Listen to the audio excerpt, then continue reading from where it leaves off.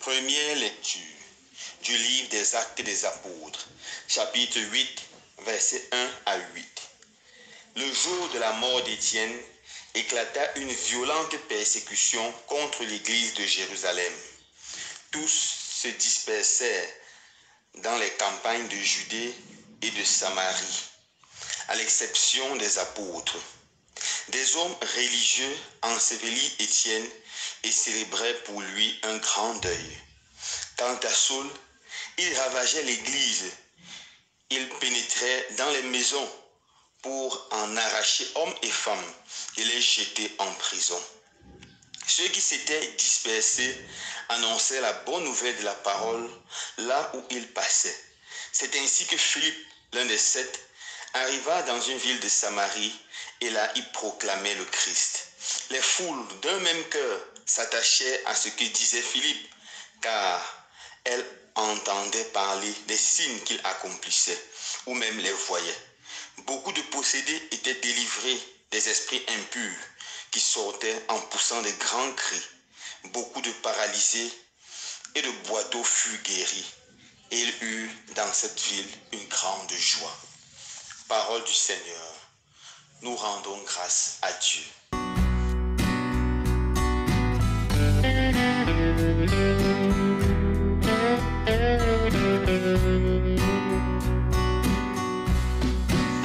Chers frères et sœurs bien-aimés, dans la première lecture de ce jour, nous avons le récit des événements suite à la mort d'Étienne. Après la mort d'Étienne, une violente persécution s'est déchaînée contre l'église de Jérusalem. Et j'aimerais qu'on s'arrête sur 3 petites choses pour comprendre bien ces événements. Premièrement, la raison de la persécution. Pourquoi est-ce que les chrétiens ont été persécutés après la mort d'Étienne?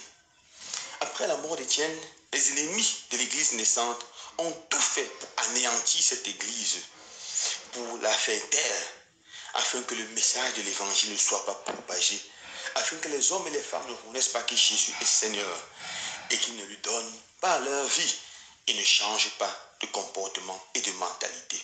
Voilà pourquoi la persécution a éclaté.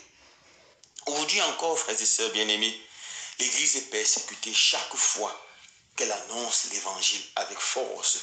Chaque fois qu'elle prend le parti des faibles, le parti des pauvres, chaque fois qu'elle prend le parti de la vérité, qu'elle soit une vérité morale ou une vérité sur le plan politique, l'église est persécutée. Les chrétiens de façon individuelle sont persécutés chaque fois qu'ils décident de vivre tel que l'évangile les commande de vivre. Ils sont persécutés dans leur lieu de service. Ils sont persécutés souvent même dans leur famille. Quand ils refusent de faire comme monsieur ou madame tout le monde, ils sont persécutés. La deuxième chose, c'est que devant cette persécution, tous les chrétiens s'enfuient à l'exception des apôtres. Les apôtres restent fermes. Les apôtres restent fermes pour 2 raisons. Premièrement, c'était des hommes courageux. Avant la Pentecôte, les apôtres étaient des poltrons. Ils s'étaient enfuis devant le drame de la passion de Jésus. Mais une fois qu'ils ont reçu l'Esprit Saint, ce sont des personnes totalement et entièrement différentes. Ils n'ont plus peur. Saint Paul dira à Timothée, ce n'est pas un esprit de peur que tu as réussi, mais un esprit de force et de courage.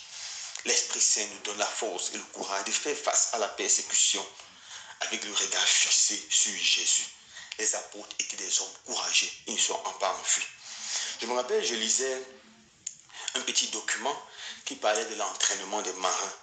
Et le conseil qui était donné aux jeunes marins lorsqu'une grande tempête devait surgir quand ils sont sur la mer, c'était celui-ci. Ne paniquez pas, n'ayez pas peur. C'est par votre courage que vous vous en sortirez. Le courage vous donnera de trouver une solution.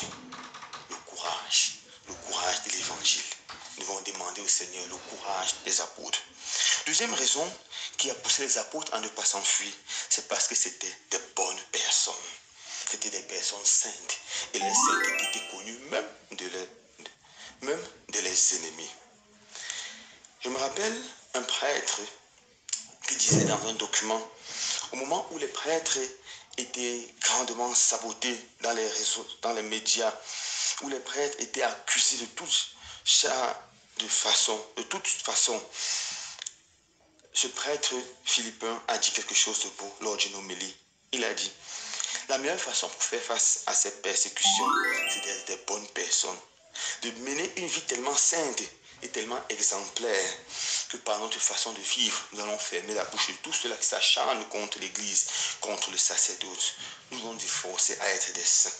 Et il a cité Platon, et il a dit, une fois, Platon avait été persécuté.